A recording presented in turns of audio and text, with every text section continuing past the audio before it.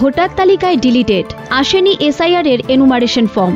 চিন্তায় ব্লকের প্রায় শতাধিক নাগরিক, অথচ 2002 এর তালিকায় নাম রয়েছে।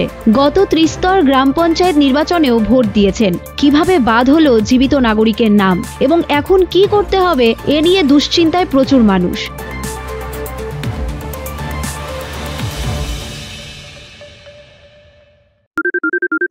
সোনাক্ষী, মশলা কোথায়?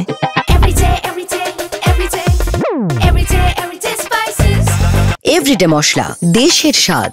রামকৃষ্ণ আইভিএফ সেন্টার, মা হওয়ার স্বপ্ন পূরণ।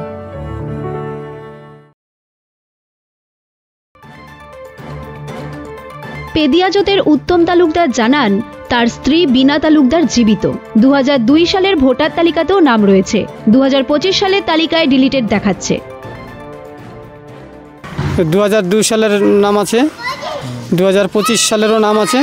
2025-এর শেষের দিয়ে গিয়ে ওর লিস্ট মানে ডিলিট হয়ে যায়।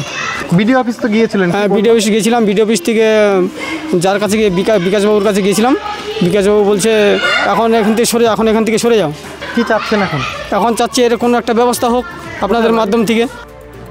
তাহিমা খাতুন জানান, শাশুড়ির 80 বছর বয়স, তিনি এখনও জীবিত, অথচ 2025 সালের তালিকা থেকে তার নাম কেটে দেওয়া হয়েছে। আমার শাশুড়ির 2002-এ ভোটে নাম ছিল, এখন নাই।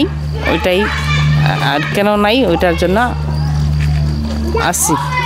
উনি তো জীবিত আছে। কত বছর বয়স? 80 বছর বয়স। 80 বছর থেকে ভোট দিচ্ছে, এখনো জীবিত। নাম জীবিত। কিভাবে নাই হলো? বাড়িতে কেউ এসেছিল ওনার খোঁজ নিতে? উনি জীবিত না মৃত? না, আসেনি। এমনিতেই দেখাচ্ছে ডিলিট? এমনিতেই দেখাচ্ছে ডিলিট। অন্যদিকে কালুজোতের মিলনঢালির দাবি, তার নাম নবদ্বীপে দেখাচ্ছে। কি হয়েছে? আপনার তো ভোটার লিস্টে নাম রয়েছে, তাহলে কোথায় সমস্যা হচ্ছে? আমার সমস্যা আগে এরকম ডিলেট হয়ে গেছিলো, তারপর ঠিক করলাম। ঠিক করার পরে এখন ভোট দিতে গেলাম, এখন দেখতেছি আমার নবদ্বীপে চলে গেছে আমার নাম।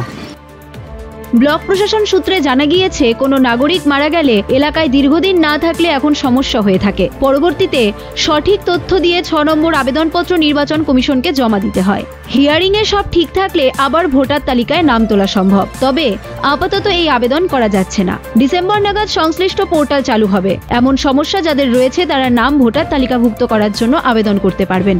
যদিও ফাঁসি দেওয়ার ভিডিও বনানী মজুমদারের মন্তব্য, এ বিষয়ে জেলা নির্বাচন আধিকারিক বলতে পারবেন। আমার মা নয়নতারাওয়ালা রিসেন্ট পঞ্চায়েত ভোটে ভোট দিয়ে এসছে। 2024-এর লিস্টেও নাম আছে, কিন্তু এই যে 2025-এর যে নতুন লিস্ট অনুযায়ী এসআইআর করা হচ্ছে, এই লিস্টে মায়ের নাম ডিলিট দেখাচ্ছে। আবার 2002-এর লিস্টেও মায়ের নাম আছে। তো এখন এই লিস্টে মায়ের নাম কি করে ডিলিট হলো? মায়ের নামে কোনো এসআইআর ফর্মও আসেনি, যার কারণে আমরা কোথাও যাব? বিডিও অফিসে যাচ্ছি, ওখান থেকে বলতেছে এগুলো আমরা কিছু বলতে পারবো না, বিএলও বলতে পারবে না। তো এই সমস্যাগুলো আমরা সমাধান কোথায় পাবো? ফাঁসি দেওয়া থেকে সৌরভ রয়ের রিপোর্ট, উত্তরবঙ্গ সংবাদ।